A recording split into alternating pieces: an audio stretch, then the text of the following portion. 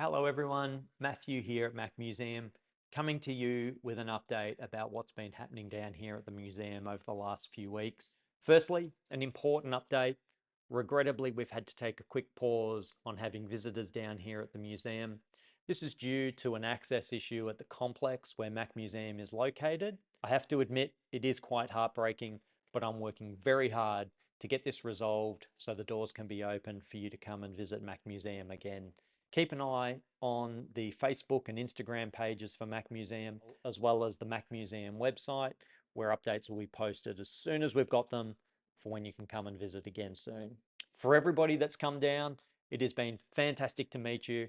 I've really enjoyed hearing your stories about collecting Apple products, using Apple products, your experiences with them.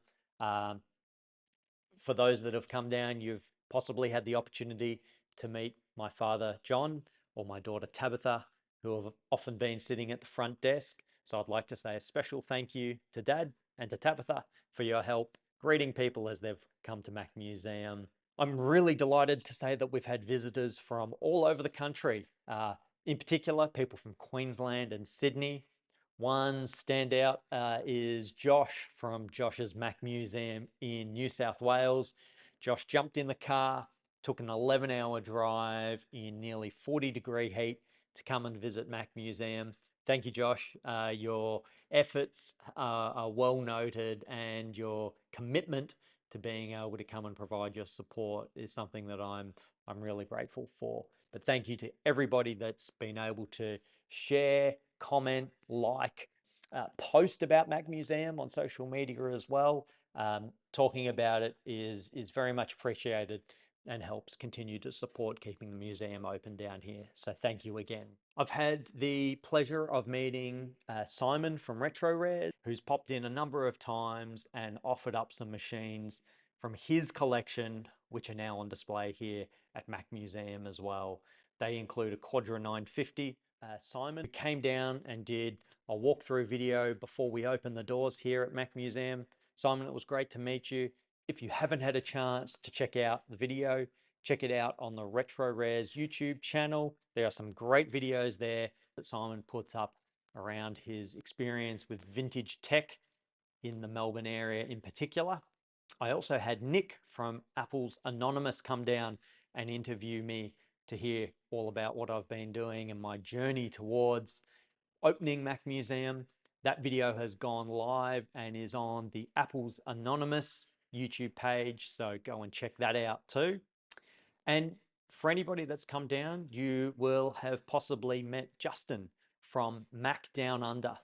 Justin has very generously been coming down most of the times that Mac Museum's been open and brought a few rarities from his collection to have on display when he's been down here at Mac Museum. Justin also very generously participated in the very first live event that we held down here at Mac Museum. Justin brought in his Lisa 1, his original Lisa, and talked about his journey restoring that back to original. So stand by in the coming weeks to see that video up on the Mac Museum YouTube channel of the first live event that was held. Mac Museum also received some international recognition. James and John from Retro Maccast got in touch and asked me to co-host one of their live stream events that they held a few weeks ago. I was very honored to be invited on to their show. James and John with Retro Maccast have been going for nearly 20 years. Very recently celebrated episode 700 of their show. There is a heap of good stuff that they do every couple of weeks on their channel as well. So I'd highly recommend you stay in touch with them too. Speaking of YouTube videos, if you haven't seen it yet, check out the video I posted of the huge Mac haul that I was able to purchase a couple of weeks back.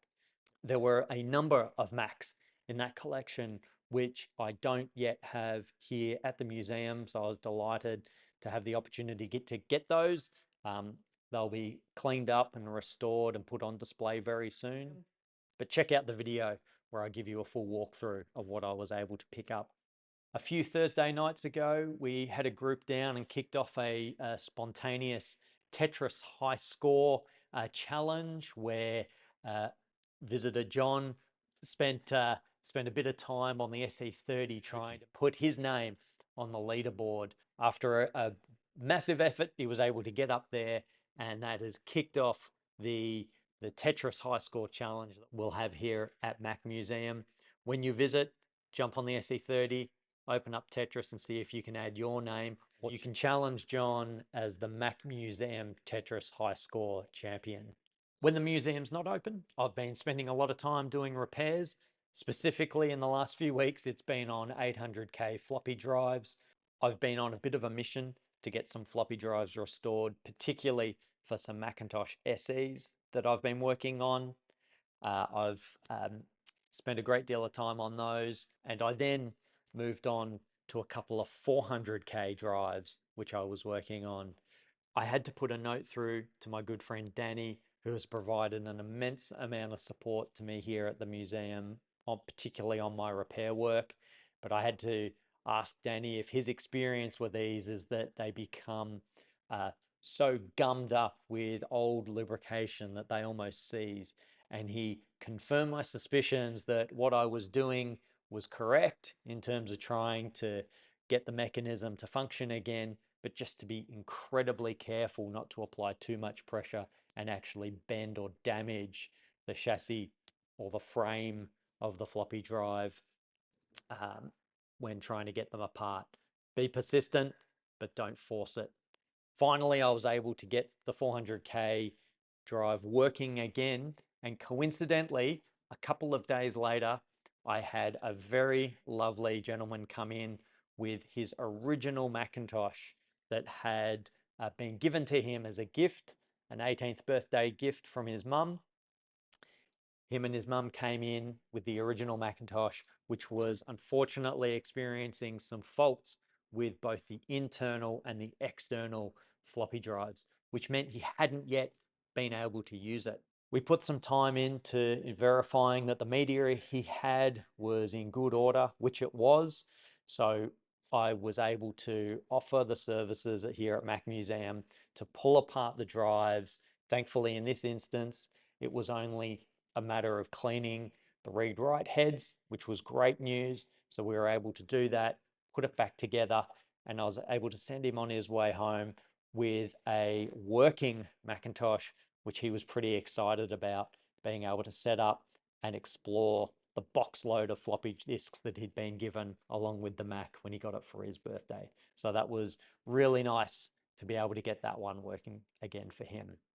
So that's about it for now. I hope you've enjoyed just hearing about a few of the things that have been going on here at the museum over the last few weeks. Certainly not an exhaustive list for everybody who's watching this in March as I'm recording it. Happy Marcintosh for this year in 2025. Look forward to catching you down here at Mac Museum again.